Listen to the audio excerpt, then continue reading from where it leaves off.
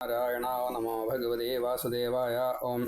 ശ്രീമദ്ഭാഗവത മഹാപുരാണം പ്രഥമസ്കന്ധം 5-ാം അധ്യായം 6-ാമത്തെ ശ്ലോകം 3-ാമത്തെ ഭാഗം ആയിട്ട് പറയണു. ശ്രീ ഗുരുവായൂരപ്പ ശരണം. നാരായണ. ഓം. സ വൈ ഭവാൻ വേദ സമസ്തഗുഹ്യം ഉപാസിതോ യത്പുരുഷപുരാണ പരാവരേശോ മനസൈവ വിശ്വം സൃജത്യവത്യത്തി ഗുണൈരസംഗാം. വ്യാസൻ ശ്രീനാരദ മഹർഷിയോട് പറയുകയാണ്, യത് എന്തൊരു കാരണമാണോ അത്, യത് യാതൊന്നാണോ അത്, പുരാണ പണ്ടേയുള്ള, പുരുഷ ഭഗവാൻ, പുരുഷ പുമാൻ എന്നർത്ഥത്തിൽ, ഉപാസിത ഉപാസിക്കപ്പെട്ടു, പരാവരേശ ഈശൻ എന്ന് പറഞ്ഞാൽ തന്നെ നിയന്ത്രിക്കുന്നയാൾ എന്നായി. പരാവരേശ അപ്പോൾ ഇതിൽ കാര്യം കാരണം മുഴുവൻ മനസ്സിലാക്കിക്കൊണ്ട് നിയന്ത്രിക്കുന്ന ഭാവം പരാവരേശ. അപ്പോൾ ഇവിടത്തെയും അവിടത്തെയും രണ്ടും അറിഞ്ഞ് ചെയ്യുന്ന ഒരു ഭാവം. അതേപോലെ ഇപ്പോൾ എല്ലാം നിയന്ത്രിക്കണമല്ലോ, മുഴുവൻ നിയന്ത്രിക്കുന്ന എന്ന ഒരർത്ഥത്തിലാണ്.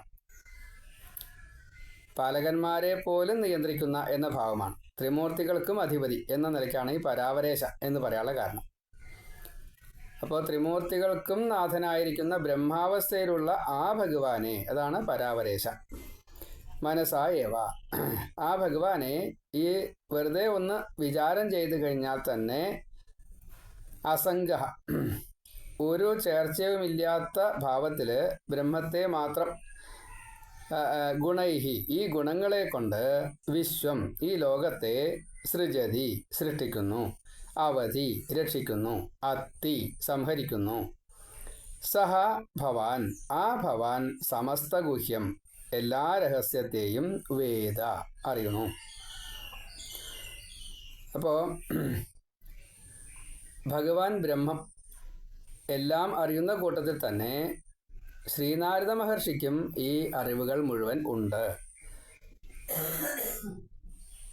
ഗുണം എന്നുള്ള ഉദ്ദേശിച്ചത് പ്രകൃതിയിലേക്ക് ഈ സത്വരജസ്തമോ ഗുണങ്ങളെ ചേർത്ത് ആണ് നാനാത്വം ഉണ്ടാക്കിയത്. അതാണ് ഗുണൈഹി. എന്നിട്ടും ആ ഗുണങ്ങളിൽ ഈ ബ്രഹ്മത്തിന്, ഈ ഭഗവാന് യാതൊരു സംഘവും ഇല്ല. പ്രകൃതിയുമായിട്ട് യാതൊരു ബന്ധമില്ല, ഗുണങ്ങളുമായിട്ടും യാതൊരു ബന്ധമില്ല. അങ്ങനെ പറയാൻ പ്രത്യേകം കാരണമുണ്ട്. കാരണം വിരാട് രൂപിയായിട്ട്, സ്വരാട് രൂപിയായിട്ട് ഭഗവാൻ വിശ്വനായിട്ട് ഈ പ്രകൃതി ഞാനാണ് എന്ന് പറഞ്ഞു. സ്വതേ പ്രകൃതി എന്നുള്ളത് ഭഗവാന്റെ ഇച്ഛയാണ്. ആ ഇച്ഛ അത് ഞാൻ തന്നെയാണ് കേട്ടോ എന്ന് പറഞ്ഞത്. ബ്രഹ്മാവായിട്ട് വന്നത് ഞാൻ തന്നെയാണ്, മഹാദേവനായിട്ട് വന്നത്, ബ്രഹ്മാവിൽ നിന്നും പുത്രനായിട്ട് വന്നതും ഞാൻ തന്നെയാണ്. സൃഷ്ടി സ്ഥിതി ലയം ഇത് ചെയ്യുന്നത് ഞാൻ തന്നെയാണ്. അപ്പോൾ ഈ ഒരു ഭാവത്തിൽ ഭഗവാൻ പറഞ്ഞതുകൊണ്ട് ഈ പരാവരേശത്വം ഭഗവാനുണ്ട്. അപ്പോൾ സ വൈ ഭവാൻ, അതേ ഭവാൻ തന്നെയാണ്. ഇവിടെ രണ്ട് അർത്ഥത്തിലും ഈ ഭവാനെ എടുക്കണം. ബ്രഹ്മമാകുന്ന ഭഗവാൻ ഈശ്വരൻ, ആ ഈശ്വരനാൽ നിയോഗിക്കപ്പെട്ടതായിട്ടുള്ള ശ്രീനാരദ മഹർഷി. അപ്പം അതുകൊണ്ട് അങ്ങനെയുള്ള ആ ഈശ്വരൻ എല്ലാം വേദ അറിയുന്നു, സമസ്ത ഗുഹ്യം ഏറ്റവും ഗൂഢമായതിനെ കൂടി അറിയുന്നു. നാരദ മഹർഷിയും എല്ലാം അറിയുന്നയാളാ. അപ്പോൾ സ വൈ ഭവാൻ വേദ സമസ്ത ഗുഹ്യം, അതേ ഭഗവാൻ എല്ലാം അറിയുന്നു, അതേ നാരദ മഹർഷി എല്ലാം അറിയുന്നു. ഉപാസിത, നാരദൻ സദാസമയത്തും ഉപാസിക്കുന്നുണ്ട്. അതേപോലെ നമ്മളെല്ലാവരും ഉപാസിക്കുന്നുണ്ട്. എല്ലാവരാലും ഉപാസിക്കുക എന്ന ഭാവം ബ്രഹ്മത്തിന് മാത്രമേ ഉള്ളൂ. നമ്മൾ ഇപ്പോൾ ഭദ്രകാളിയെ ഉപാസിക്കുന്നു. ഭദ്രകാളി ബ്രഹ്മത്തിൻ്റെ ഒരു അംശമായതുകൊണ്ട് നമ്മൾ ഉപാസിക്കുന്നത് ഭദ്രകാളിയാണ് പറഞ്ഞിട്ട് കാര്യമില്ല. നമ്മൾ ഈ ബ്രഹ്മത്തെയാണ് ഉപാസിക്കുന്നത്. നമ്മൾ അറിഞ്ഞുകൊണ്ടല്ല ചെയ്യണമെന്ന് മാത്രം. സകളോപാസനയാണ് നമ്മൾ ചെയ്യുന്നത്. പക്ഷേ ഭഗവാന്റെ കണക്കിൽ അത് ഇതിൻ്റെ അടുത്ത സ്റ്റെപ്പ് നിഷ്കളോപാസനയാണ്. അതിലേക്ക് ഭഗവാൻ ഇത് വരവ് വയ്ക്കും. അതുകൊണ്ട് സമസ്തഗുഹ്യം ആണ്, എല്ലാം അറിയുന്നു വേദ. സമസ്തഗുഹ്യം വേദ. അങ്ങനെ ഉപാസിത യത് പുരുഷ പുരാണ, ഏതൊരു പുരുഷനാണോ ആദ്യമേ തന്നെ ഉണ്ടായിരുന്നത്, ഇവിടെ പുരാണം എന്നുള്ള അർത്ഥത്തിൽ പുരാണം എന്നുള്ളതല്ല, ആദി മധ്യം ഒടുക്കം, ഇങ്ങനെയാണല്ലോ 3 ഭാവം. അപ്പോൾ ആദിക്കും ആദ്യം എന്ന് വെച്ചാൽ ഏതിൽ നിന്നാണോ ഉണ്ടായത്? ബ്രഹ്മത്തിൽ നിന്നാണ് ഉണ്ടായത്. അപ്പോൾ ആ പുരാണനാണ് ഈ പുരുഷൻ. അദ്ദേഹത്തിൻ്റെ ബ്രഹ്മത്തിൻ്റെ ഒരു വിശേഷണമാണ് പരാവരേശത്വം. ഇങ്ങനെ ഒരു ബ്രഹ്മാണ്ടമല്ല, അനവധി ബ്രഹ്മാണ്ടങ്ങളുണ്ട്. അതിൻ്റെ ഒക്കെ ഈശത്വം ഭഗവാനുണ്ട്, ബ്രഹ്മത്തിനുണ്ട്. ആ പരാവരേശത്വം ഉള്ളതായിട്ടുള്ള ആ ഭഗവാനെ ഭവാൻ നാരദ മഹർഷിയോട് പറയാണ്, മനസാ ഏവ വിശ്വം സൃജതി. ഇതെങ്ങനെയാണ് ചെയ്യണത്? ആ ഭഗവാൻ മനസാ ഏവ, മനസ്സുകൊണ്ട് തന്നെ, എന്ന് വെച്ചാൽ പുരികത്തിൻ്റെ ഒരു ചലനം കൊണ്ട് ഈ സൃഷ്ടി സ്ഥിതി സംഹാരങ്ങൾ നടക്കണം. ഭഗവാന്റെ മനസ്സിലൊരു ഇച്ഛ വരുമ്പോൾ ആ ഇച്ഛ മാത്രം മതി ഈ വിശ്വത്തെ സൃഷ്ടിക്കാനും. സൃജതി അവധി അത്തി, പാലിക്കുക, സൃഷ്ടിക്കുക, പാലിക്കുക, സംഹരിക്കുക, അല്ലെങ്കിൽ ലയിപ്പിക്കുക. ഈ ഗുണത്തോടു കൂടിയിട്ട് ആണ് പ്രകൃതിയെ മുഴുവൻ ചെയ്യുന്നത്. പ്രകൃതിയെ സൃഷ്ടിക്കുന്നത്, പാലിക്കുന്നത്, സംഹരിക്കുന്നത്. എന്നിട്ടോ ഗുണൈഹി, ശരി, പക്ഷേ അതില്ല.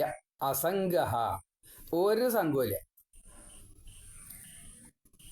ഇത് അറിയുന്നതായിട്ടുള്ള ശ്രീനാരദ മഹർഷിയെ പുകഴ്ത്തിക്കൊണ്ട് പറയാണ്, എനിക്ക് എൻ്റെ ന്യൂനം എന്താണോ, അത് പരിഹരിക്കാൻ എന്താണോ വേണ്ടത് അത് പറഞ്ഞു തരണം.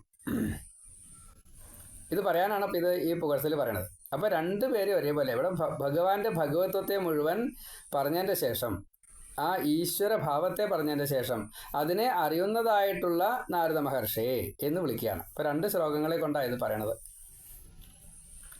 സ വൈ ഭവാൻ വേദ സമസ്തഗുഹ്യം. ആ ഭഗവാന് എല്ലാം അറിയാം. എല്ലാവരാലും ഉപാസിത യത് പുരുഷ പുരാണ, എല്ലാവരാലും ഉപാസിക്കപ്പെടുകയാണ് ആ ഭഗവാൻ. പുരാണനാണ്, പുമാനാണ്. അപ്പോൾ ആ ഈശ്വരഭാവം, ബ്രഹ്മഭാവം, നിയന്ത്രിക്കുക എന്ന ഭാവം, അത് ഭഗവാൻ ഒറ്റയ്ക്കാണ് ചെയ്യുന്നത്. ഈ ഗുണത്തോടു കൂടി ചേർത്തിട്ട് ഈ പ്രകൃതിയിലേക്ക് അതിൻ്റെ നാനാത്വം ഉണ്ടാവാൻ വേണ്ടിയിട്ട് അതിനെ സൃഷ്ടിക്കുന്നു, പാലിക്കുന്നു, ലയിപ്പിക്കുന്നു, അസംഗനായിക്കൊണ്ട്. ഇതിനൊന്നിനും ഭഗവാന് ബന്ധമില്ല. ഗുണത്തോട് മാത്രമല്ല, പ്രകൃതിയോടും ബന്ധമില്ല. മാറി നിൽക്കുന്നു സാക്ഷിയായിട്ട്. പരാവരേശ മനസായേവ വിശ്വം, അത്രയേ ഉള്ളൂ. ഈ മനസ്സുകൊണ്ട് തന്നെ ഈ വിശ്വത്തെ അങ്ങോട്ട് സൃജതി അവധി അത്തി, സൃഷ്ടിക്കുന്നു, പാലിക്കുന്നു, ലയിപ്പിക്കുന്നു. ഗുണങ്ങളാൽ, ഗുണത്തോട് കൂടിയിട്ട് എന്ന് സാരം. ഗുണൈഹി. എന്നാൽ ഭഗവാന് ബന്ധമുണ്ടോ? അസംഗഹ. ഈ ശ്രീനാരദ മഹർഷിക്കും അതേപോലെ അസംഗീഭാവമുണ്ട്. പരാവരേശത്വം ഇല്ലാന്നേ ഉള്ളൂ. അസംഗീഭാവമുണ്ട്, ഒന്നിനോട് ഒരു ഒട്ടലുമില്ല. അതുകൊണ്ടാണ് ഒരു പശുക്കറവ ഉള്ള അത്രയും സമയമേ ഒരുത്തിരി നിൽക്കുള്ളൂ. എല്ലാ സമയത്തും സഞ്ചരിച്ചു കൊണ്ടിരിക്കുക. അലക്ഷ്യ സഞ്ചാരമാണ്. ദേവർഷിയാണ്. വ്യാസൻ അങ്ങനെയല്ല. വ്യാസൻ ബ്രഹ്മർഷിയായിട്ടുള്ളൂ. അത് കുറവ് വെച്ചിട്ട് പറയല്ല, കുറവും കൂടുതലൊന്നുമില്ല. അപ്പോൾ ആ വ്യാസൻ ഇവിടെ മർത്യഭാവത്തിൽ ഇവിടെ ജീവിക്കുക. ദേവർഷി നാരദൻ അവിടെയാണ് ജീവിക്കുന്നത്. എവിടെ ജീവിക്കണോ, എപ്പോൾ, എങ്ങനെ പറയാൻ പറ്റില്ല. നാരദ മഹർഷിയും ഭൂമിയിൽ എല്ലാറ്റിലും ഇങ്ങനെ കാണുന്നില്ല. അല്ല, വ്യാസനെയും ഇതേപോലെ എല്ലാറ്റിലും കാണുന്നില്ല. വ്യാസൻ മർത്യഭാവത്തിലാണെങ്കിലും എല്ലാ ദിക്കിലും കാണുന്നില്ല. വേണ്ടപ്പോൾ വരികയും ചെയ്യും. അവതാരം തന്നെയാണ്. പരശുരാമനെ പോലെ അല്ല എന്ന് വെച്ചേ എന്നാൽ പരശുരാമന് വ്യത്യാസമൊന്നുമില്ല. കപില മഹർഷി, പരശുരാമൻ ഒക്കെ അങ്ങനെയാണ്. സവൈ ഭവാൻ വേദ സമസ്തഗുഹ്യം ഉപാസിതോ യത് പുരുഷ പുരാണ പരാവരേശോ മനസാ ഏവ വിശ്വം പരാവരേശോ മനസൈവ വിശ്വം സൃജത്യവത്യത്തി ഗുണൈരസംഗാം. സൃജതി അവധി അത്തി, സൃജത്യവത്യത്തി ഗുണൈ അസംഗ. ഇങ്ങനെ ഒരു ശ്ലോകം കൊണ്ട് ഭഗവത്വത്തെയും പറഞ്ഞു, ശ്രീനാരദ മഹർഷിയുടെ കഴിവിനെയും പറഞ്ഞു. ഇനി 7ാമത്തെ ശ്ലോകം. ത്വം പര്യടന്നർക്കൈവ ത്രിലോകീം അന്തശ്ചരോ വായുരിവാത്മസാക്ഷി പരാവരേ ബ്രഹ്മണി ധർമ്മതോ വ്രതൈ സ്നാദസ്യ മേ ന്യൂനമലം വിചക്ഷ്വാം. അർക്കഹ ഇവ, സൂര്യനെ പോലെ.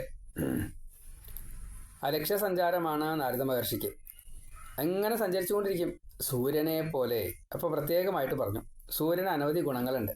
അതിൽ ഏറ്റവും വലിയ ഈ ഒരു ഭാവം എല്ലാവർക്കും തുല്യമായിട്ട് എല്ലാത്തിനെയും കൊടുക്കണം. അപ്പോൾ സമഭാവന, സമദൃക്ക് എന്നുള്ള ഒരു ഭാവം. അതേപോലെ സഞ്ചാരഗതിക്ക് യാതൊരു മാറ്റമില്ല. സൂര്യൻ സഞ്ചരിക്കുന്നു എന്നുള്ളതല്ല, സൂര്യൻ്റെ ഈ ഒരു സമ്പ്രദായം അത് കറക്റ്റാണ്. അതിന് യാതൊരു വ്യത്യാസമില്ല, തുല്യത. അപ്പോൾ അർക്കഹ ഇവ അന്തശ്ചരഹ, ഉള്ളിൽ സഞ്ചരിക്കുന്ന വായുഹു ഇവ. അപ്പോൾ വീണ്ടും മറ്റേ വിശേഷണങ്ങൾ കൊടുക്കുകയാണ്. നമ്മുടെ പ്രാണവായു ഉള്ളിൽ സഞ്ചരിക്കുന്നത് പോലെ. നമുക്കിപ്പോൾ അകത്തേക്ക് മൂക്കിലൂടെ വലിക്കുന്നതും പുറത്തേക്ക് മൂക്കിലൂടെ കളയുന്നതും അതേ നമുക്ക് വായുവിനെ അറിയുള്ളൂ. ഈ ശരീരത്തിൽ മുഴുവൻ വായു അങ്ങോട്ടും ഇങ്ങോട്ടൊക്കെ സഞ്ചരിക്കുന്നുണ്ട്. അത് ഏത് രൂപത്തിലാണെന്ന് പോലും നമുക്കറിയില്ല. വായു രൂപത്തിലാണോ, ദ്രവരൂപത്തിലാണോ, അതിൻ്റെ തന്മാത്രാ രൂപത്തിലാണോ, പറയാൻ പറ്റില്ല. നമ്മൾ എടുക്കുന്ന വായുവിന് അതിൽ മൂലകങ്ങളുണ്ട്. ഓക്സിജൻ ഒരു മൂലകമായതുകൊണ്ടാണ് ആ ഓക്സിജനെ എടുത്താലേ ഇത് നടക്കുള്ളൂ. ജീവൻ, പ്രാണനയില. നമ്മളതിന് ആധുനിക ശാസ്ത്രം കണ്ടുപിടിച്ചു ഓക്സിജനാണെന്നുള്ള ഇതിൽ പറഞ്ഞില്ല, പ്രാണനേ പറഞ്ഞിട്ടുള്ളൂ. അത് 10 വിഭാഗത്തിൽ: പ്രാണൻ, അപാനൻ, വ്യാനൻ, സമാനൻ, ഉദാനൻ, നാഗൻ, കൃകലൻ, കൂർമൻ, ദേവദത്തൻ, ധനഞ്ജയൻ. 10 പ്രാണങ്ങൾ. അപ്പോൾ ഈ 10 പ്രാണങ്ങളായിട്ട് മാറുന്നുണ്ട്. ഇത് കിട്ടുന്നത് കഴിക്കുന്ന ആഹാരത്തിലൂടെയും ഈ ശ്വസിക്കുന്ന വായുവിലൂടെയും വെള്ളത്തിലൂടെയും ഒക്കെ കിട്ടുന്നുണ്ട്. അപ്പോൾ ഏതിൽ നിന്ന് ഇത് എടുക്കണു എന്ന് പോലും നമുക്ക് കൃത്യമായിട്ട് പറയാൻ കഴിയില്ല. ഇതും വേണം, ഇതും വേണം, ഇതും വേണം, ഇതും വേണം. 3 വേണം. വെള്ളവും വേണം, വായുവും വേണം, ആഹാരം വേണം. അത് ഉറപ്പാ. അപ്പോൾ എല്ലാറ്റിലും ഇതുണ്ട്. ഇനി പ്രാണന്റെ ഊർജത്തിന് വേണ്ടിയിട്ടാണ് ആഹാരത്തെ സ്വീകരിക്കുന്നത് എന്ന് പറയുന്നുണ്ട്. അപ്പോൾ ആഹാരം എന്നുള്ള ഈ 3 മിനിമം. അപ്പോൾ ഇത് പ്രാണന്റെ ഈ സഞ്ചാരം അകത്ത്, ശരീരത്തിൻ്റെ അകത്ത് എങ്ങനെയാണോ സഞ്ചരിക്കുന്നത് അതേപോലെ, ബ്രഹ്മാണ്ടത്തിൻ്റെ അകത്ത് എങ്ങനെയാണോ സഞ്ചരിക്കുന്നത് അതേപോലെ. ഇപ്പോൾ ഈ ഭൂമിയിൽ മുഴുവൻ പ്രാണവായു സഞ്ചരിച്ചുകൊണ്ടേയിരിക്കുക. അതുകൊണ്ടല്ലേ നമുക്ക് ശ്വസിക്കാൻ കിട്ടുന്നത്. പ്രാണവായു ഇല്ലാത്ത സ്ഥലത്ത് നമ്മൾ എത്തിക്കഴിഞ്ഞാൽ എന്താ ചെയ്യുക? വെള്ളത്തിൽ പ്രാണവായു ഉണ്ട്, പക്ഷെ നമുക്ക് എടുക്കാറില്ല. മത്സ്യത്തിന് അത് കഴിയും. അപ്പോൾ മത്സ്യം ആ രീതിയിൽ. അതേപോലെ ഉപ്പുവെള്ളത്തിൽ കഴിയണതും ഈ ശുദ്ധജലത്തിൽ കഴിയുന്നതും ഒരുപോലെയല്ല. അങ്ങോട്ടും ഇങ്ങോട്ടും മത്സ്യത്തിനെ മാറ്റിയിട്ടാൽ രണ്ടും ചാവും. വെള്ള പറഞ്ഞിട്ട് കാര്യമില്ല. അപ്പോൾ പ്രാണൻ എവിടേക്കാണുള്ളത്? എല്ലാ ദിക്കിലും ഉണ്ട്. പക്ഷേ ഓരോരുത്തർക്കും ആ രീതിയിലാണ് കിട്ടുകയെന്ന് മാത്രമേ ഉള്ളൂ. അപ്പം ഇങ്ങനെ അന്തശ്ചരഹ വായു ഇവ, ഇങ്ങനെ ഉള്ളിൽ സഞ്ചരിക്കുകയാണ്. ബ്രഹ്മാണ്ടത്തിൻ്റെ ഉള്ളിലുണ്ട്, നമ്മുടെ ഈ ശരീരത്തിൻ്റെ ഉള്ളിലുണ്ട്. ഇങ്ങനെ പ്രാണവായുവിനെ പോലെ സഞ്ചരിക്കുന്ന ത്രിലോകിയും, 3 ലോകത്തും സഞ്ചരിക്കുക, 14 ലോകത്തും സഞ്ചരിക്കുക നാരദൻ. ത്രിലോകിയും പര്യടൻ. ത്രിലോകിയും പര്യടൻ ആണ്. 3 ലോകത്തും സഞ്ചരിക്കുന്നു. ത്വം, അങ്ങ് ഭഗവാൻ ഈ ശ്രീനാരദ മഹർഷിയോട് പറയുകയാണ് വ്യാസൻ. ത്വം ആത്മസാക്ഷി. അപ്പോൾ ആത്മസാക്ഷിയാണ് ആരെ? നാരദ മഹർഷിയും ആത്മസാക്ഷിയാണ്. ഈശ്വരഭാവത്തിൽ പുകഴ്ത്തണം, ഈശ്വരഭാവത്തിൽ കണ്ടുകൊണ്ട് പുകഴ്ത്തണം. പരാവരെ, ഈ ഇവിടെയും അവിടെയും, ബ്രഹ്മാണ്ടത്തിൻ്റെ ഉള്ളിൽ, പ്രകൃതിക്കുള്ളിലും, അതേപോലെ പ്രാകൃതഭാവം കഴിഞ്ഞിട്ടും വൈകുണ്ഠത്തിലും ഭഗവാന് നാരദന് എത്താൻ പറ്റും. വൈകുണ്ഠം, കൈലാസം, സത്യലോകം, മണിദ്വീപം, ഇവിടെയൊക്കെ ചെല്ലാൻ സാധിക്കും നാരദ മഹർഷിക്ക്. അങ്ങനെ പര്യടൻ ത്രിലോകിയും 3 ദിക്കിലും ആത്മസാക്ഷിയവ ചെല്ലണു. പരാവരെ ബ്രഹ്മണി, ബ്രഹ്മത്തിൽ, ധർമ്മത ധർമ്മം കൊണ്ട്, വ്രതൈഹി ധർമ്മത്തെ വ്രതമായിട്ട് സ്വീകരിച്ചു. എന്താ ധർമ്മം? ലോകധർമ്മമല്ല, അലൗകിക ധർമ്മം. ആ ധർമ്മത്തെ വ്രതം കൊണ്ട്, സ്നാദസ്യ ധർമ്മം, ധർമ്മത വ്രതൈഹി സ്നാദസ്യ, ധർമ്മം കൊണ്ടും വ്രതങ്ങളെ കൊണ്ടും മുങ്ങിയിരിക്കുന്ന മേ, വ്യാസന്റെ എൻ്റെ അലം ഏറ്റവും, ഇത് മതി ഏറ്റവും ചുരുങ്ങിയത്, ഇത് ന്യൂനം എന്താണ് ആ കുറവ്, വിചക്ഷ്വ അതൊന്ന് കണ്ടുപിടിച്ചിട്ട് പറഞ്ഞു തരണേ. വിചക്ഷ്വ ചക്ഷുസ് കൊണ്ട് കണ്ടുപിടിക്കുക, വിചക്ഷ്വ അതിനെ നല്ലവണ്ണം വിശകലനം ചെയ്തുകൊണ്ട് ഇതാണ് വ്യാസഭഗവാനെ അങ്ങയ്ക്ക് പറ്റിയത് എന്ന് നാരദ മഹർഷിനി പറയാൻ പോവുകയാണ്. ചോദ്യം ഇതാണ്, എന്നിലുള്ള ഈ ന്യൂനം അതെന്തോ അത് അങ്ങ് കണ്ടെത്തണം, എനിക്ക് കണ്ടെത്താൻ കഴിയില്ല. നമ്മൾ പറയാറുണ്ട് ഒരു ഗുരുവിൻ്റെ ഉപദേശം കൊണ്ടാണ് എല്ലാം ചെയ്യാവൂ, സ്വീകരിക്കാവൂ. ഉപാസനയ്ക്കടക്കം മന്ത്രോപാസന, നാരായണ എന്ന് ആർക്കാപ്പത് പറയാൻ പറ്റാത്തത്? പക്ഷെ ഒരു ഗുരു പറഞ്ഞു കൊടുക്കണം, നാരായണ ജപിക്കൂ, അതാ നിയമം. നമുക്ക് നാരായണ എന്ന് പറയാൻ വല്ല പ്രയാസമുണ്ടോ? നാരായണ, പക്ഷെ അത് ഗുരു പറഞ്ഞിട്ട് വേണം ജപിക്കാന്നാ നിയമം, അങ്ങനെയാണ്. അപ്പം ഇവിടെ ഈ വ്യാസന് സ്വതവേ അറിയും. കാരണം ഈ കഴിഞ്ഞ അധ്യായത്തിൽ അവസാനം പറഞ്ഞു, ഞാൻ ഇതുകൊണ്ടായിരിക്കാം ഒരു പക്ഷേ ഇത്രയൊക്കെ ചെയ്തിട്ടും എൻ്റെ മനസ്സിന് സമാധാനം കിട്ടാത്തത്. ഇത് പറഞ്ഞ സമയത്താണ് നാരദൻ്റെ വരവ്. ആ നാരദനോടാണ് പിന്നെ വീണ്ടും പറയുന്നത്, അങ്ങ് ബ്രഹ്മാവസ്ഥയിലാണല്ലോ, സൂര്യനെ പോലെയാണല്ലോ, പ്രാണനെ പോലെയാണല്ലോ. അപ്പോൾ എന്നിലുള്ള ഈ കുറവുകളെ കണ്ടെത്താൻ അങ്ങയ്ക്ക് സാധിക്കും. അതിനെ പരിഹരിക്കാൻ എന്താണോ മാർഗം അത് പറഞ്ഞുതരും. ത്വം പര്യടൻ, അങ്ങ് ഇങ്ങനെ സഞ്ചരിച്ചുകൊണ്ടിരിക്കുകയാണ്.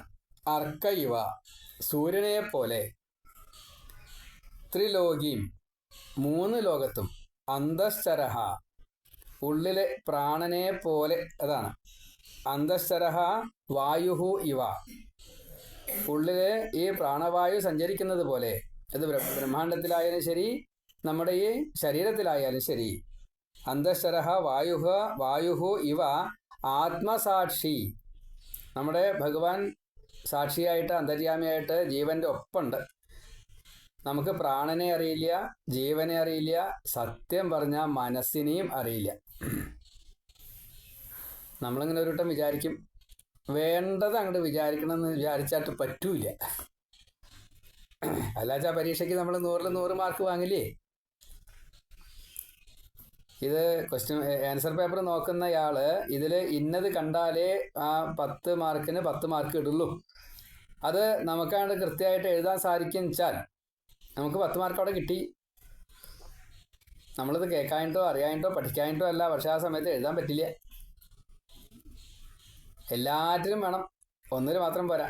ഈ പരീക്ഷയിൽ മാത്രം ജയിച്ചാൽ പോരാ, ജീവിതത്തിൽ മൊത്തം എല്ലാ കാര്യത്തിലും ഇതേപോലെ ജയിക്കണം. അപ്പോൾ ഒരു ഈശ്വര ഭാവം വന്നു. മായ നമ്മളെ കൊണ്ട് അതിനെ തടുക്കും. അത് ചെയ്യാൻ സമ്മതിക്കില്ല.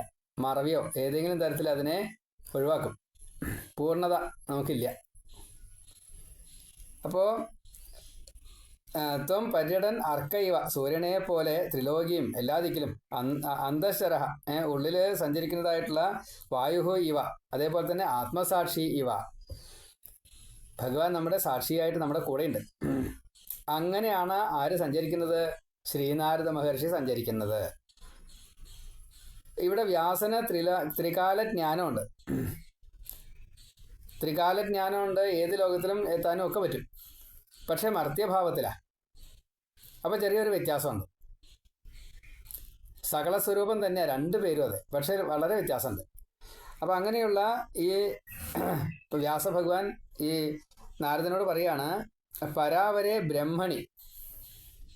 എല്ലാവർക്കും അതെ, ഈ ഇവിടത്തെയും അവിടത്തെയും അറിയുന്ന ഭാവം സ്വതവേ വ്യാസനുണ്ടെങ്കിലും അതിൽ തന്നെ ലയിച്ചിരിക്കുകയാണ് ശ്രീനാരദ മഹർഷി. കാരണം ഭഗവാന്റെ ഇച്ഛയ്ക്കനുസരിച്ച് സഞ്ചരിച്ചുകൊണ്ടിരിക്കുക. അതുകൊണ്ട് പരാവരെ, ഈ ബ്രഹ്മത്തിൽ, പരാവരെ ബ്രഹ്മണി, ഈ ബ്രഹ്മത്തിൽ, ഈശ്വരഭാവത്തിലുള്ള ഈ ബ്രഹ്മത്തിൽ, ആ ബ്രഹ്മം തന്നെയാണ് ഈ സകലത്തിലും, ബ്രഹ്മാണ്ടത്തിലും. അപ്പോൾ ആ ബ്രഹ്മാണ്ടമായിരിക്കുന്ന അതിലും, അതേപോലെ ഈശ്വരഭാവത്തിലും ബ്രഹ്മഭാവത്തിലും, പരാവരെ ബ്രഹ്മണി, 2ലും. ധർമ്മദഹ വ്രതൈഹി, ഇനി എന്നെക്കുറിച്ച് ഞാൻ പറയാം, വ്യാസനെക്കുറിച്ച് വ്യാസം പറയാണ്. ധർമ്മദഹ വ്രതൈഹി, ധർമ്മത്തിൽ തന്നെയാണ് ഞാൻ എല്ലാം ചെയ്തിരിക്കുന്നത്, ധർമ്മത്തിലല്ല എന്ന് പറയാൻ പോവുകയാണ്. എന്ത് ധർമ്മം? ഭാഗവത ധർമ്മത്തിലല്ല ചെയ്തത് എന്ന് പറയാൻ പോവുകയാണ്. ഞാൻ ലൗകിക ധർമ്മത്തിലാണ് ചെയ്തത്. അപ്പോൾ ധർമ്മതഃ വ്രതൈഹി സ്നാതസ്യ, ഞാൻ അതിലാണ് മുങ്ങിയിരിക്കുകയാണ്. ഞാൻ ധർമ്മത്തിൽ നിന്നും വ്യതിചരിച്ചിട്ടില്ല കേട്ടോ നാരദ മഹർഷി. ശരിയാണ്, ധർമ്മം ഒട്ടും കളഞ്ഞിട്ടില്ല, അധർമ്മം ബാധിച്ചിട്ടില്ല. പക്ഷേ അലൗകിക ധർമ്മമല്ല, ഭാഗവത ധർമ്മമല്ല. ഭാഗവത ധർമ്മം തന്നെ ചെയ്തിട്ടുള്ളൂ കേട്ടോ, അതില്ലായിട്ട് പറയല്ല, എങ്കിലും അങ്ങനെയല്ല. അപ്പോൾ ധർമ്മതഃ വ്രതൈഹി സ്നാതസ്യ, വ്യാസന്റെ വിശേഷണങ്ങളാണ്. ധർമ്മത്തിൽ മാത്രം ഊന്നിക്കൊണ്ട് അത് വ്രതമായിട്ടെടുത്തുകൊണ്ട് അതിൽ മുങ്ങിയിരിക്കുന്ന മേ, എൻ്റെ അലം ന്യൂനം വിചക്ഷ, എൻ്റെ ഏറ്റവും ഇത്രയും ചെറിയതായിട്ടുള്ള ഈ ഒരു ആ യഥാർത്ഥത്തിലുള്ള തെറ്റെന്താ, ഒരു കുറവെന്താ, അബദ്ധം പറ്റിപ്പോയിട്ടുണ്ട്. പക്ഷെ ആ അബദ്ധം എന്താ അത് മനസ്സിലായില്ല. അതൊന്ന് കണ്ടുപിടിച്ചിട്ട് എനിക്ക് തരണം. നേരത്തെ നമ്മൾ നാരദനെ പറ്റി പറഞ്ഞു, സെക്കൻഡിൻ്റെ ഒരംശം മാത്രമേ വേണ്ടൂ ഇത് മുഴുവൻ അറിയാനുള്ള കഴിവുണ്ട്. ഭഗവാൻ എപ്രകാരത്തിലാണോ പരമഗുഹ്യമായിട്ടുള്ള സകലതിനെയും അറിയിക്കുന്നത് അതേപോലെയുള്ള കഴിവ് നാരദ മഹർഷിക്കുമുണ്ട്. അത് എനിക്ക് പറഞ്ഞു തരണം, എന്നിലുള്ള ഈ ന്യൂനത്തെ കണ്ടുപിടിക്കാൻ. നമ്മൾ ഭഗവാനോട് എന്താ പറയാറ്? അത് ചെയ്യൂ, അത് ചെയ്യരുത് കേട്ടോ ഇന്ന കാരണം കൊണ്ട് എന്ന് എപ്പോഴും നമ്മളെ നയിക്കണേ, സൂതനെ പോലെ നയിക്കണേ. അർജുനന് ശ്രീകൃഷ്ണ ഗീതോപദേശിച്ച് കൊടുത്ത പോലെ ഗീതയല്ല എല്ലാ സമയത്തും വേണം എന്നതാണ്. അപ്പോൾ അതേപോലെ നമ്മുടെ ഈ ഉള്ളിൽ ജീവനെ നിയന്ത്രിക്കാൻ സാക്ഷിയായിട്ടുള്ള ആ ഭഗവാന്റെ ഭാവം നമ്മളോട് എപ്പോഴും പറയാണ്, അത് ചെയ്യൂ, അത് ചെയ്യരുത്. ഇങ്ങനെ നിയന്ത്രിച്ചു വയ്ക്കുക. അങ്ങോട്ട് പോയിക്കോളൂ, ഇങ്ങോട്ട് പോകരുത്, അതെടുത്തോളൂ, ഇതെടുക്കരുത്. മനസ്സുകൊണ്ട് അത് ചിന്തിക്കരുത്, ഇത് ചിന്തിക്കൂ. വാക്കുകൊണ്ട് അത് പറയരുത്, ഇത് പറയൂ. ഇങ്ങനെ സദാസമയത്തും നമ്മളെ നിയന്ത്രിക്കാൻ ഭഗവാൻ ഒപ്പം ഉണ്ടെങ്കിൽ നമ്മൾ രക്ഷപ്പെട്ടില്ലേ? അത് ഇല്ലാത്തത് കൊണ്ടാണ് നമുക്ക് പറ്റാത്തത്. ഉപാസന കൊണ്ട് കിട്ടുന്ന പറയണം. ദേഹബോധം ഉണ്ടെങ്കിൽ കുറച്ച് പ്രയാസമുണ്ട്, കിട്ടില്ല. അപ്പോൾ കാരണം ദേഹത്തിൻ്റെതായ ആവശ്യങ്ങൾക്ക് വേണ്ടിയിട്ട് നമ്മുടെ മനസ്സ് അങ്ങോട്ട് പോകും. കാരണം കാമബാക്കി കർമ്മബാക്കി. അപ്പോൾ അതിനെ ഒഴിവാക്കാൻ ഭഗവാനോട് പറയുകയാണ്, ഭഗവാന്റേതായിട്ടുള്ള ഇച്ഛയ്ക്കനുസരിച്ച് വന്ന സകല സ്വരൂപം എന്ന് പറയപ്പെടുന്ന ശ്രീനാരദ മഹർഷി പ്രാണനെ പോലെ, സൂര്യനെ പോലെ, അന്തര്യാമിയായിട്ടുള്ള സാക്ഷിയെ പോലെയുള്ള അങ്ങ് എൻ്റെ ഈ കുറവിനെ ഒന്ന് പറഞ്ഞു തരണേ, കണ്ടുപിടിച്ച് പറഞ്ഞു തരണേ. എനിക്ക് പരിഹാരം എന്താ വേണ്ടത് വെച്ചാൽ അതും പറഞ്ഞു തരണം. അപ്പോൾ നമ്മൾ ജ്യോതിഷിയെ കണ്ടു, പ്രശ്നം വെച്ചു, പരിഹാരം എന്താ പറഞ്ഞു. പരിഹാരം എന്തെങ്കിലും ഉണ്ടെച്ചാൽ പറയൂ എന്ന് പറഞ്ഞ അവസ്ഥയാണ് ഇപ്പോൾ 2 ശ്ലോകങ്ങളെ കൊണ്ട് പറഞ്ഞത്. ദൈവജ്ഞൻ എന്നാണ് ജ്യോതിഷിയെ പറയുക. അപ്പോൾ ഇവിടെ ദൈവജ്ഞനായിട്ടുള്ള ഈ ശ്രീനാരദ മഹർഷിയെ വ്യാസൻ അപ്രകാരത്തിൽ കണ്ടു. ഈ ലോകത്തിലെ ദൈവജ്ഞയും മറ്റേ ഇപ്പോഴത്തെ ജ്യോതിഷ്യം അല്ലാട്ടോ ഉദ്ദേശിച്ചത്, അത് വേറെ, അത് നോക്കണ്ട. പറഞ്ഞു വന്നത് ഇത്രയേ ഉള്ളൂ. ഈ ഒരു ഭാവത്തിൽ ആണ് നാരദ മഹർഷി ഈ വ്യാസനെ സഹായിക്കാൻ വേണ്ടിയിട്ട് ഇങ്ങോട്ട് വന്നതാണ്, ക്ഷണിച്ച് വന്നതല്ല. ദൈവജ്ഞന്മാരത് ചെയ്യില്ല. അല്ല ഇപ്പോഴത്തെ ലൗകിക ദൈവജ്ഞന്മാർ വിളിച്ചു വന്നാൽ തന്നെ വരൂ. ഇവിടെ ഇതാണ് ഉപാസന കൊണ്ടുള്ള ഫലം ഇതാണ്. ഇത്രയും വലിയ പ്രവൃത്തി ചെയ്തു. വേദത്തെ വിന്യസിച്ചു, പുരാണങ്ങൾ എഴുതി, ഇതിഹാസം എഴുതി, ശാസ്ത്രം എഴുതി, ഉപനിഷത്ത് എഴുതി, എന്തെല്ലാം കാര്യങ്ങൾ ചെയ്തു ഈ ലോകത്തിന് വേണ്ടിയിട്ട്. 54 പുരാണങ്ങൾ എഴുതി, 18 ഉപപുരാണം, ഔപപുരാണം. അപ്പോൾ അങ്ങനെ ചെയ്തതായിട്ടുള്ള എനിക്ക് ഈ മനസ്സിന് സമാധാനം കിട്ടിയിട്ടില്ല വെച്ചാൽ അതിൻ്റെ സാരം എന്നിൽ എന്തോ ഒരു കുറവുണ്ട്. ആ കുറവൊന്ന് പറഞ്ഞു തരൂ. ത്വം പര്യടന്നർക്ക ഇവ ത്രിലോകീം അന്തശ്ചരോ വായുരിവാത്മസാക്ഷി പരാവരേ ബ്രഹ്മണി ധർമ്മതോ വ്രതൈഃ സ്നാതസ്യ മേ ന്യൂനമലം വിചക്ഷ്വാം. അപ്പോൾ നിങ്ങൾ വായിക്കുന്ന ഓരോരുത്തരും ഓരോ വാക്കിനെ എടുത്തുകൊണ്ട് അതിനെ ആവർത്തിച്ച് പറയുക. എന്നിട്ട് അടുത്ത വാക്ക് പറയുക, എന്നിട്ട് അടുത്ത വാക്ക് പറയുക. ടാർഗറ്റ് ചെയ്യേണ്ടത് ഒരു അധ്യായത്തെ ഒന്നിച്ച് വായിക്കലല്ല. വായിക്കാറാവണമെങ്കിൽ ഓരോ വാക്കിനെ എടുത്ത് എവിടെയാണ് മുറിച്ചേർക്കണത് ആ വാക്കിനെ പറഞ്ഞിട്ട് വേണം അടുത്ത വാക്ക് പറയാൻ. എന്നിട്ട് അത് കൂട്ടിച്ചേർക്കണം. ത്വം പര്യടൻ അർക്ക, ത്വം പര്യടൻ അർക്ക. അവിടെ എൻ ആ എന്ന് ചേർന്നപ്പോൾ ന, മൂന്നും കൂടിയിട്ടുള്ള ആ ഒരു സംയോജനം ആലോചിച്ച് നോക്കൂ. എൻ ആ ന എന്നായി. അങ്ങനെ ഒന്നിലും ഒരു 2 വാക്ക് കൂടി ചേരുമ്പോൾ ഒരു നിയമം. അത് ചിലപ്പോൾ അത് നകാരം തന്നെ പറയേണ്ടി വരും. അതങ്ങനെ ചില സന്ദർഭങ്ങളുണ്ട്. അത് ആ സമയത്ത് പറഞ്ഞുതരാം. ത്വം പര്യടന്നർക്ക ഇവ ത്രിലോകീം അന്തശ്ചരോ വായു ഇവ ആത്മസാക്ഷി ഒറ്റവാക്ക പരാവരേ ബ്രഹ്മണി ധർമ്മദോ വ്രതൈ സ്നാദസ്യ മേ ന്യൂനമലം വിചക്ഷ. അതേപോലെ ചിലപ്പോൾ വായിക്കുന്ന സമയത്ത് ഇപ്പോൾ ഇവിടെ രണ്ടാമത്തെ വരിയിൽ കൂട്ടിച്ചേർത്താൽ കുഴപ്പമില്ല. ത്വം പര്യടന്നർക്കൈവ ത്രിലോകി മന്ദശ്ചരോ വായുരിവ ആത്മസാക്ഷി എന്ന് പറഞ്ഞാൽ കുഴപ്പമില്ല. ഇനി അടുത്തത് പരാവരേ ബ്രഹ്മണി ധർമ്മദോ വ്രതൈ സ്നാദസ്യ മേ ന്യൂനമലം വിചക്ഷ എന്നുള്ളത് പരാവരേ ബ്രഹ്മണി ധർമ്മദോ വ്രതൈ സ്നാദസ്യ മേ ന്യൂനമലം വിചക്ഷ. ചിലപ്പോൾ അങ്ങനെ കൂട്ടി വായിക്കും.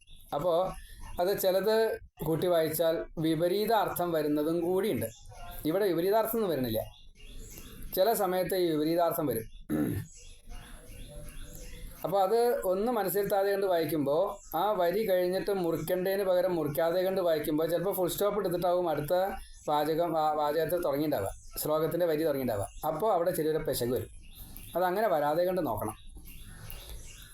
സ വൈ ഭവാൻ വേദ സമസ്ത ഗുഹ്യമുപാസിതോ, നല്ല പാക. യത് പുരുഷ പുരാണ പരാവരേശോ മനസൈവ വിശ്വം സൃജത്യവത്യത്തി ഗുണൈരസംഗ. അങ്ങനെ തന്നെ വായിക്കണം. ത്വം പര്യടന്നർക്ക ഇവ ത്രിലോകീ മന്ദശ്ചരോ വായുരിവ ആത്മസാക്ഷി പരാവരേ ബ്രഹ്മണി ധർമ്മദോ വ്രതൈ സ്നാദസ്യ മേ ന്യൂനമലം വിചക്ഷ. പാട്ടുകാരെ എവിടേക്കാണോ ശ്വാസം വിടുന്നത്, ശ്വാസം എടുക്കുന്നത്, അതേപോലെ മനസ്സിരുത്തിയിട്ട് വേണം ശ്വാസം എടുക്കാനും വിടാനുമായിട്ട്. അപ്പോൾ ഒന്നിച്ചുള്ള വലിയ വാക്കാണ് വെച്ചാൽ, അപ്പോൾ അതിൻ്റെ ഇടയ്ക്ക് വെച്ച് മുറിച്ച് കഴിഞ്ഞാൽ ചിലപ്പോൾ അത് പ്രശ്നമാവും. മുറിക്കാൻ പാടില്ലാത്ത വാക്കുകളൊക്കെ ഇനി വരുന്നുണ്ട്. അപ്പോൾ ഞാൻ അത് ആ സമയത്താണ് പറയാം. ഇപ്പോൾ 6ഉം 7ഉം 2 ശ്ലോകങ്ങളാണ് പറഞ്ഞത്. വ്യാസൻ നാരദനോട് പറഞ്ഞ കാര്യമാണ്. പ്രഥമ സ്കന്ധം 5-ാമത്തെ അധ്യായം 6, 7 മൂന്നാമത്തെ ഭാഗമായിട്ട് പറഞ്ഞു. നാരായണ നാരായണ നാരായണ.